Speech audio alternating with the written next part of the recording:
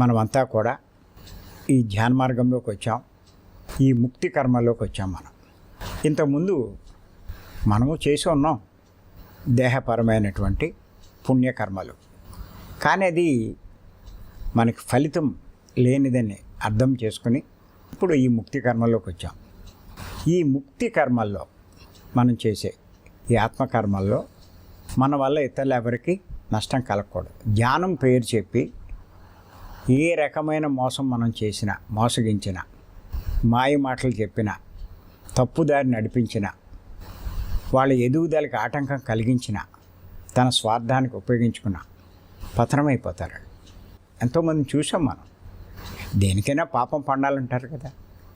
ఒకవేళ నీ చేస్తున్నా వాడికి ఏం జరగలేదు అంటే ఇంకా పాపం పండలేదు. అలా ఎంతోమంది దెబ్బతిన్నారు, ఎంతోమంది కనుమరుగైపోయారు. కొన్నాళ్ళు వెలుగుతారు, తర్వాత వాళ్ళు ఎక్కడ ఉంటారో కనిపించరు. అంచేత ఇవన్నీ మనం గుర్తుపెట్టుకోవాలి.